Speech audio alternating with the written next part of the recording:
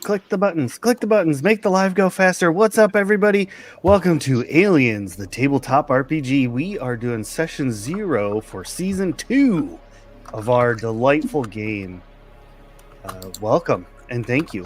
We really love to see you in chat, and we're going to be using some of your roles tonight to help generate the first. Well, they call them scenarios. Scenario, however you. Whatever part of the world you happen to be from, but either way, it's the first mission that our intrepid crew will be going on their new ship, which we're going to talk about that too. Tonight is a lot of info going to be passed around, a lot of crazy info. But before we jump into all of that, I'm going to take just a brief moment here and have Juniper let everybody know about another show that she is part of on Saturdays. So put me on the spot, why don't you? Absolutely. Okay, so I'm in another show on the D and Denial Twitch channel on Saturdays at 9 p.m. EST called the Moonstone Matriarchy, and it's an all-female cast, all-female crew, D&D 5e stream. At the moment, our characters are sticking their foot in it and pissing off pretty much every NPC we can find, and some of us are desperately trying to get the NPCs back on side. So yeah, it's a bit of a chaos party. Lots of fun. It definitely is. I've seen a bit of the episodes, and it's fun. It's a really good watch. I recommend everybody get over there and check that out for sure. So as you all may be noticing, there's a couple new names on the stream here. A couple people have changed out characters. Now, one of them was kind of forced to change character thanks to a lovely roll by our audience. That's right. As a direct result of the roll of the audience, we had a player death in our last episode. So that's the kind of stuff you can look forward to. Dark Caustics there. Yeah, thanks. Yeah, we're looking at you, Dark Caustic.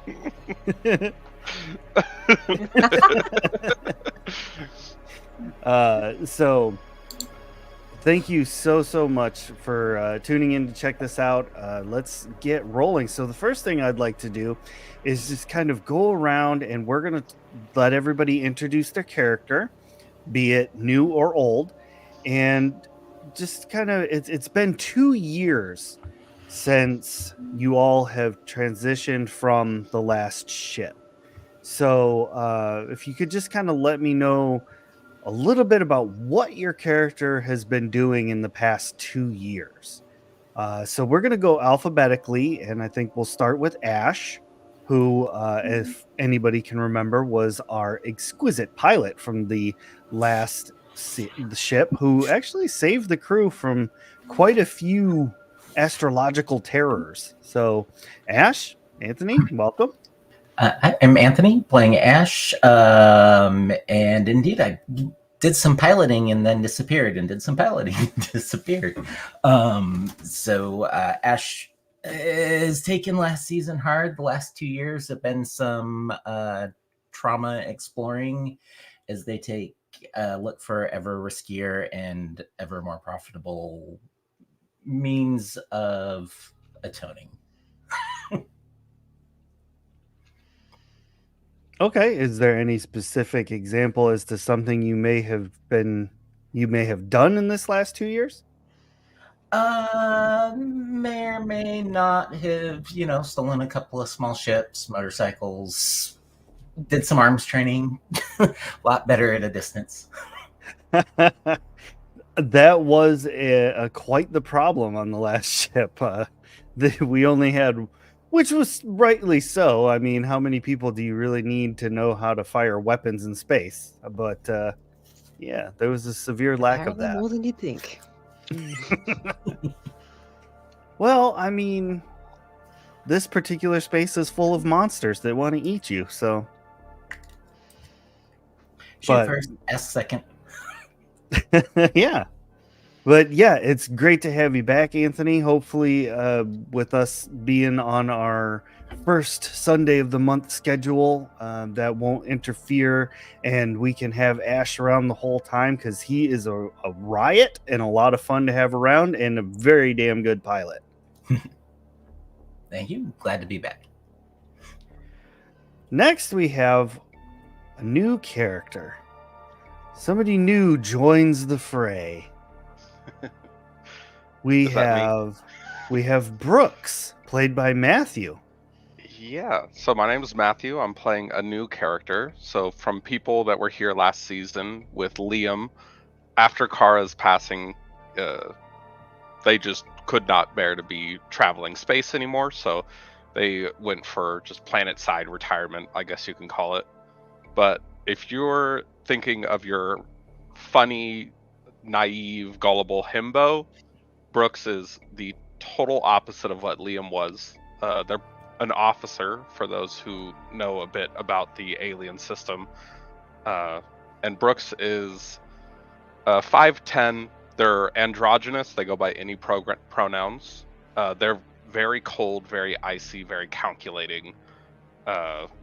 Just an all-around composed individual, and a bit bossy when it comes down to it. So yeah, that's kind of, if there is a leader for the ship, they believe they're it. So that's where Brooks kind of stands. Awesome. And so Brooks wasn't part of the last ship, but what was Brooks like doing before this ship? Okay. Yeah, so they were a part of the military for a while. They don't really jive with being told what to do. So they essentially finished out their contract with the military in somewhat non-mutual ways. Now they kind of work kind of freelance. They're a little all over the place. They really don't have a solid allegiance. They're a part of a lot of things, but not really representing a lot of things.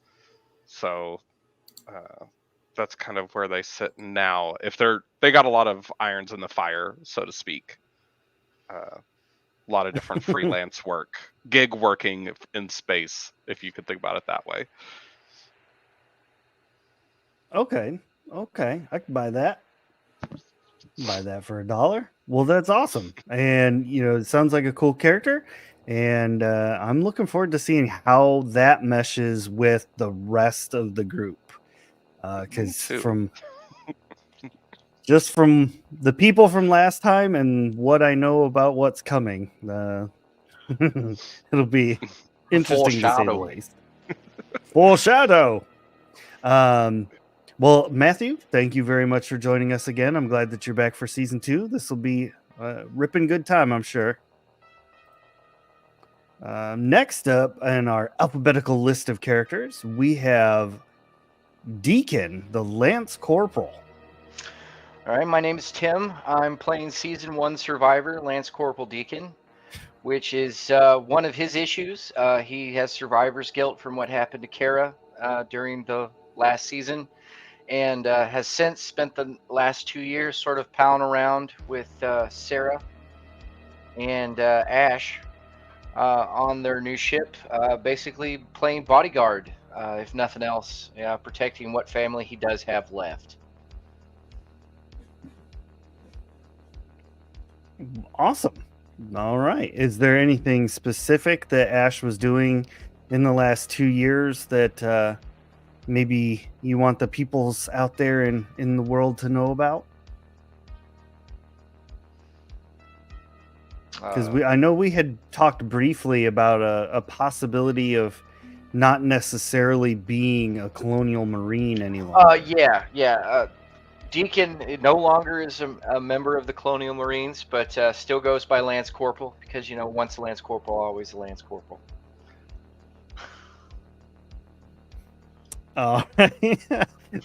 No, that wasn't a rank. That was my real name. That's what my parents named me. All right. Well, again, thank you so much, Tim, for joining us for season 2. It's great to have somebody who can really, really shoot and has a little bit of tactical background against these 28-foot xenomorphs that the chat likes to throw at people. That'll always be helpful in space. Next on our amazing roster, we have the youngest of the crew, not in real life per se, but possibly, and also in the game itself. We've got Phoebe, played by Sarah. Yes, I'm Sarah. I'm playing Phoebe Lugo. I was, I guess, halfway through the last season. I originally had started out at 12, going on 13, and I played the kid character. But with at the time, I was looking for my dad, James Lugo. Found him. Awesome. He's still actually with me. He's still doing his roughneck duties, but maybe at a little slower pace because he got pretty jacked up by an alien. But with the death of Kara, it was definitely very traumatic for Phoebe. But within the 2 years, she kind of took that that trauma and tried to go more in a positive route. And in honor of Kara, she went the medic route. So I'm sort of playing between kid and medic at the moment. But what she has, because Kara took really amazing medical notes and things of that nature. So for the past 2 years, kind of just been studying them, using them to help people, and getting as much knowledge and experience as possible. That's awesome. That is really, really cool. Nice homage to a character in the last crew. Very, very cool. Very cool. Now, are your dad and you, since that was kind of like a huge part of your character from season 1, are the two of you still traveling together, or how has that played out? Oh yeah, my dad can't get rid of me. So no, basically he's we've been traveling together, more or less like we're each other's only family. So it's more, I'm not gonna go sit in like our home world. We're gonna go and travel together, make money together, do that whole thing. So he's on the ship with me, and we kind of, I guess, been bouncing different jobs and things of that nature. Awesome. That works for me. I like it. I like to think too that as Phoebe was poring over the post-it notes and data pads and stuff, she just kept occasionally coming across this person named Jeff that for some reason Kara really disliked. So now Phoebe has a dislike for him for no reason. Oh yeah, no, of course.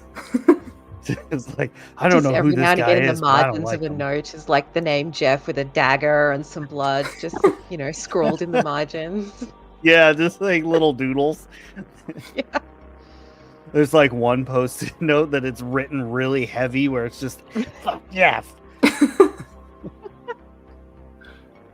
You can see the imprint of the next 5 pages of that. Yeah. There's like no context for it either. Just, and that brings us to Kara's former player. She has a new character now, and one that I'm kind of excited to have in the group for my own kind of twisted specific reason, and I will explain that after we're done. But we have Susanna, played by Juniper. So Susanna is also the kind of person that takes extensive notes on things. She is a scientist, or I guess you could say more accurately was a scientist until relatively recently. She used to work for a large corporation. So I don't know if we decided whether that was Wayland Yutani or someone else. Ray, what do you think? I don't think we ever actually decided, which we can still do that before episode 1. Okay. Like our true session 1. That's not a big deal, but I mean, you can be from any of them that you would like. I'll have a look and I'll let you know. We'll talk about it. Okay. Yeah, so she used to be a scientist for a large corporation, but essentially got disillusioned by how much bureaucracy was involved and how much her hands were tied in terms of the non-scientist being in charge of the funding, dictating what she was allowed to research. So she had enough of that and pretty much went rogue. And she's worked with a freelance crew for a few months now, not necessarily as a scientist per se, but she has highly transferable observation and problem-solving skills that have been very useful to her since then. Yeah. Nice. That description is almost kind of terrifying when you think about it. Like, oh, I was a scientist, but I didn't want to follow the rules. Yeah, pretty much. Pretty much. We'll see where that takes us. I like it. I think that's gonna lead to definitely some crazy stuff. So what I was talking about is that under the stress and panic, so scientists get to use the analysis talent. That's what it is. Mm-hmm. And if you fail to use the analysis talent, that causes stress levels to increase. I have dumped all my points into Wit's observation to try and prevent that from happening, but I'm not going to be able to prevent all of it. Right. And that is what I'm hoping for. And, you know, chat is completely unpredictable. So we're going to see how that plays out, I'm sure. So, yeah, thank you, Juniper, for joining us again. Great to have you in season 2. And so that brings us to our last collective player. Kind of an NPC, kind of a player, always there, always lurking, and that is chat themselves. So thank you very much, chat, for returning for season 2. We're definitely glad to have you back. And with that being said, I'm going to have you all make a roll. I need 2 different D6s. That is obtained by typing !D6. And we're going to see what the crew's first mission is going to be. All right, so Darth Caustic is leading the roll with a 5. And whatever the second roll is, there is unfortunately a bit of a time delay on it, so it might take it a minute before the next roll can come in, but rest assured it will come in. Just you'll have to type it again until it pops up. Oh, Jay Ballin gave us a 2, so that leaves us with 52. Let me open the mission chart real quick. 52. All right, our scenario hook for session 1 will be: a mystery ship arrives at the spaceport. Ominous. Perhaps it is a ship that is covered with graffiti and some neon coloration.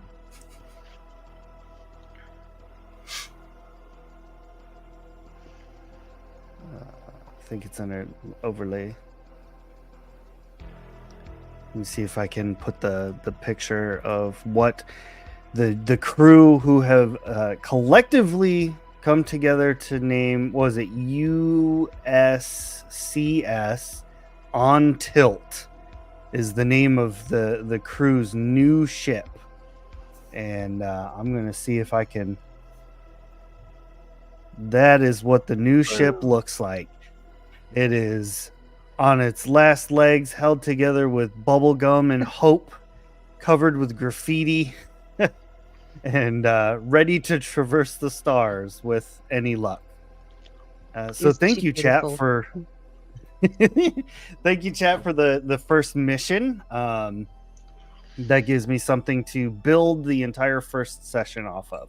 It is definitely appreciated. All right, so let's kind of discuss about the last finale episode. How does everybody feel about that? Do we feel like it ended on a good note? How do we feel? Hearts were broken, psyches were traumatized. But as far as a story, really liked the story part of it. Being the traumatized part of the story at the end wasn't fun, but an actual impactful story is always fun to play. Yeah, I agree. Wasn't it just a real head split?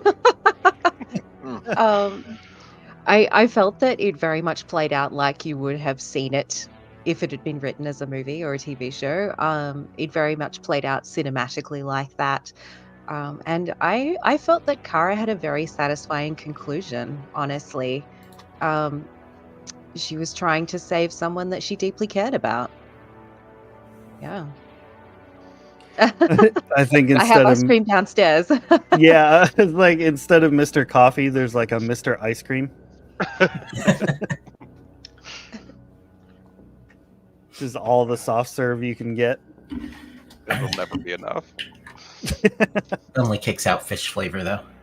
Oh, Ooh, Oh. protein if pack Cat had number 48. a say in it. Yeah. That's a good point, though. Does anybody in this new crew have any kind of new skills or things that they can do that maybe we didn't see in the last episode? So, like Liam demonstrated that he could somewhat cook in the last episode. Does anybody have anything like that going forward? Oh. I mean, Let's see. with the Or, like whole special hobbies? oh, okay. I was gonna say with the whole Any- medic/kid thing, definitely have a couple new things. Oh, well, yeah. I mean, Yeah. in game terms, yeah, but I mean, like, that the stuff that I as a DM can turn against, use to enhance the story. I think I have one. So Brooks has a very particular. Yeah. Those are my greatest Yes, exactly. weakness. As far as like hobbies, I think when Brooks does retire to her room, their room, his room, doesn't matter, and really has time to themselves, they like to turn looks. So they're very much about their fashion forward senses. They have a style that's kind of punk meets kind of a corporate culture. So that kind of sense, and I think they do a lot of their own tailoring and adjusting of their own outfits. Maybe they add a hoster where hosters normally wouldn't be. Like, it's all very looks and practicality that you really can't get from a shop. I love that. Absolutely love that. It needs more rhinestones. There are, This one needs more spikes. I think the inside of their room, there are a lot of those, like like the hanger or like the racks. There's a lot of racks of just clothes. I don't know if there's very many bare walls. I wouldn't say it's a mess, but yeah, it's definitely, there's a lot going on. I would say Deacon picked up knitting for while he's reading his romance novels in his room, but he can only make like cozies. So there's just tea cozies all over the ship in various colors and patterns. But he does it in secret, so nobody Yeah. knows where they're coming They from. just appear. Amazing. That's awesome. I'd like to imagine that my semi-lab setup, all of the glassware, just one at a time over the months, gradually gets covered in tea cozies. More romance novels. No. Some Stop Rule it 34 now. stuff going I on don't there. know. This Oh is my that kind of lord. stream. if anybody could have heard the pre-stream, I think they really would think this was that kind of stream. That wasn't me. It never That was happened. Neil. Ray's crazy. Oh, no. I think Susanna, hats friendship offerings, I love it. Susanna doesn't get the opportunity to indulge in this hobby much anymore. I think she grew up, her large family did a lot of dancing together, like Latin dancing, social dancing kind of situation.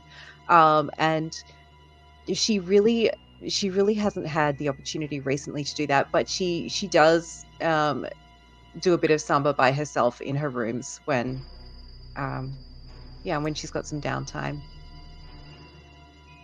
I Sinjo was is getting just, lost like, in the music. imagining Susanna not knowing anybody's watching, just like salsa dancing down the hallways or something. Like, Or pouring beaker stuff into one another while practicing the dance in the lab. 1, 2, cha cha cha. 1, 2, cha cha cha. Yeah, I don't think she'd dance solo when she knows she's being watched. But yeah, more as a private thing. We're gonna have to have like a whole 5-minute like risky business episode. Yes. She thinks she's alone on the ship. Yep. I'd say like Phoebe probably picked up like kind of like weapons training. I know that's not necessarily just character, but she's been hitting up Deacon. I'm like, hey man, within the 2 years, I need to learn how to fight, and I'll at least hold my own a little bit. And he's kind of been, Pew pew basically man. like an instructor or a teacher in that sense to Phoebe. And then Yep. what was? Oh heck yeah! Just remember, nobody put Susanna in a corner.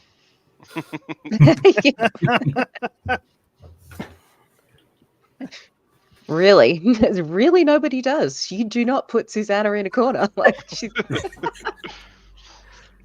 And, you know, we really didn't get to know a whole lot about Ash in the last season.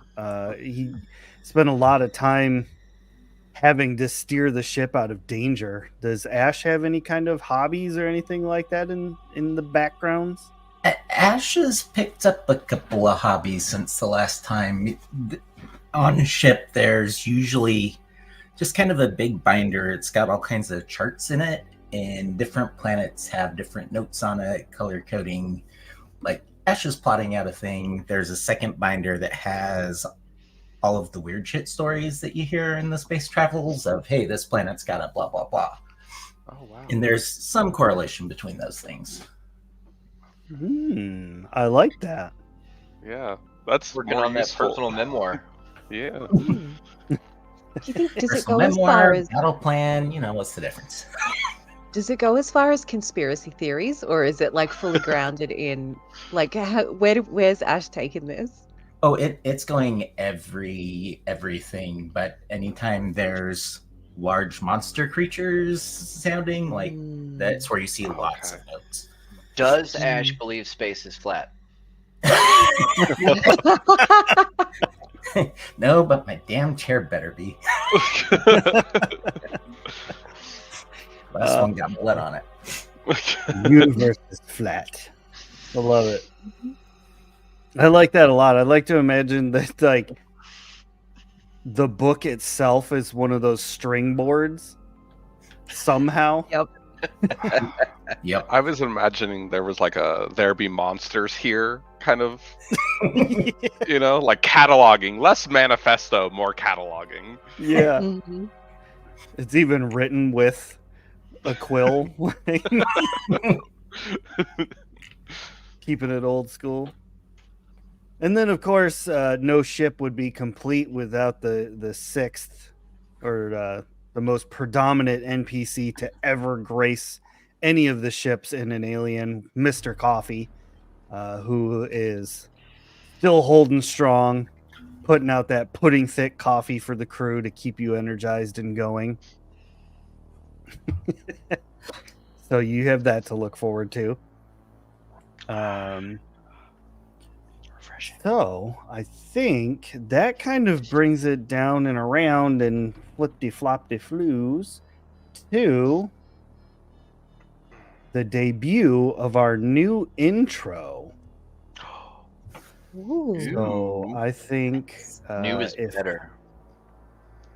if everybody's ready, I'll hit the play button on our new intro so everybody can have a look and see what it's all about. Hopefully the music's not too loud. I So might have to ready. fix that. But all right. Well, everybody, it's about 1 minute and 20 seconds. It's a little bit longer than usual, but there was some good stuff I put in there. So here we go. Enjoy. See you in about 1 minute and 20 seconds. Bye.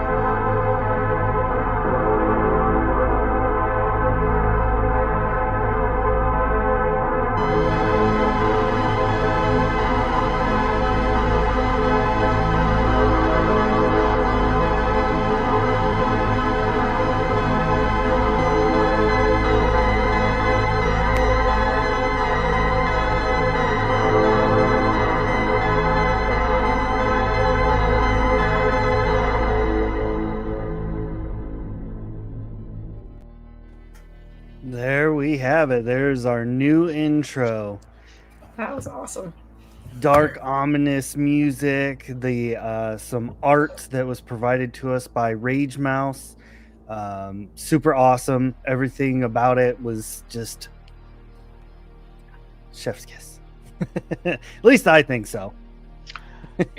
Love it. Very well done. That was really cool. Well, I think that pretty much brings everything to a close for what I wanted to accomplish on session 0. I mean, we have a few details to discuss in the backgrounds, but chat gave us a good jumping point to get into the game.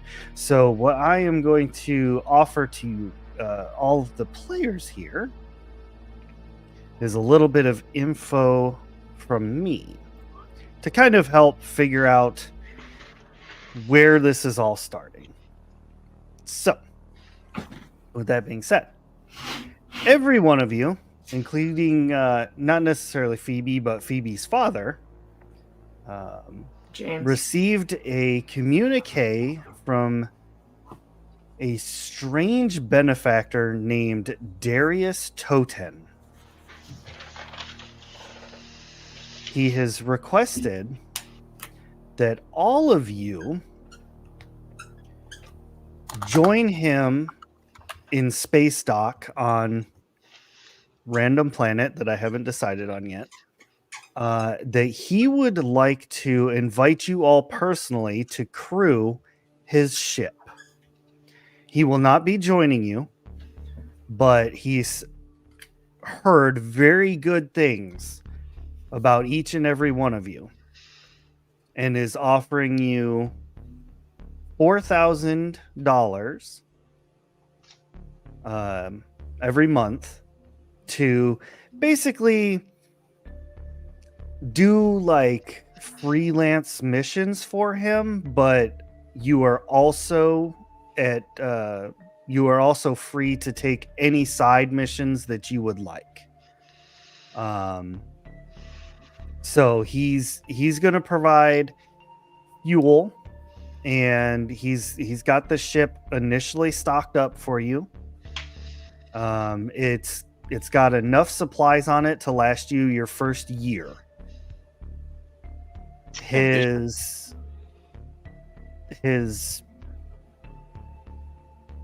offer, I guess is the way to word it, is that should you return to said planet before that year is up, you can restock for another year for free.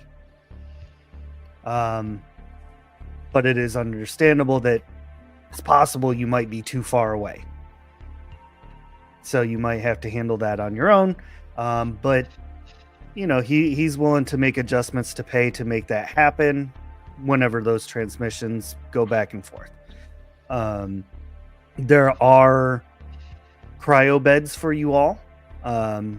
There's one for each of you, and then there is 3 spares.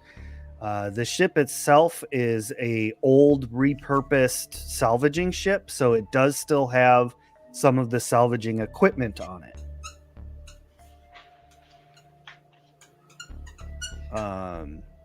And yeah, that's pretty much his offer to you all, and he wants to meet you all during session 1 to possibly negotiate, discuss, do whatever you all might think. So you have about a month to come up with any appendices that you'd like to add to the contract, or things Insurance. like that. Susanna's definitely asking about insurance. I'll definitely change that too, because for some reason I had it written down that the scientist's name was Susan, not Susanna. That's okay. So I'm definitely No gonna add that A there on the intro. It shouldn't No take me worries. more than a few moments, but that'll be all squared away for next episode. Darth Caustic's like, medical or life? I'm reminded of an old commercial. Why not both? Weirdly enough, that hadn't even crossed my mind. I was thinking, is the ship insured for those side missions that we might pick up, or are we liable for it? But there you go. Medical insurance is also important. There you go. All kinds of insurance going on. It's all insured except against large, monstrous space creatures. Damn it. Always a loophole. hmm Accidental death and dismemberment.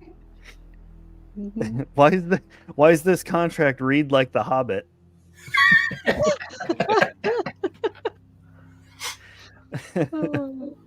But all right. Well, thank you to these amazing players that are rejoining for season 2. I'm really looking forward to having all of your characters possibly die.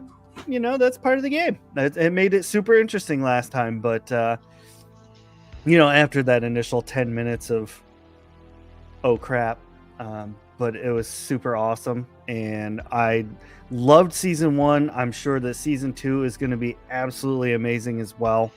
And thank you to chat for joining us today. You all have been a riot and just keeping it real. But we will see you all on the next first Sunday of the month. Let me see what day that would be. We are looking at February 4th would be the first Sunday of February. So that is when we will be back. Mark your calendars and be ready. We will go live at 8:30 CST. And yeah, it's going to be a romping good time. So thank you all very much. We'll see you all in a month. Bye. Huzzah for season Bye. 2.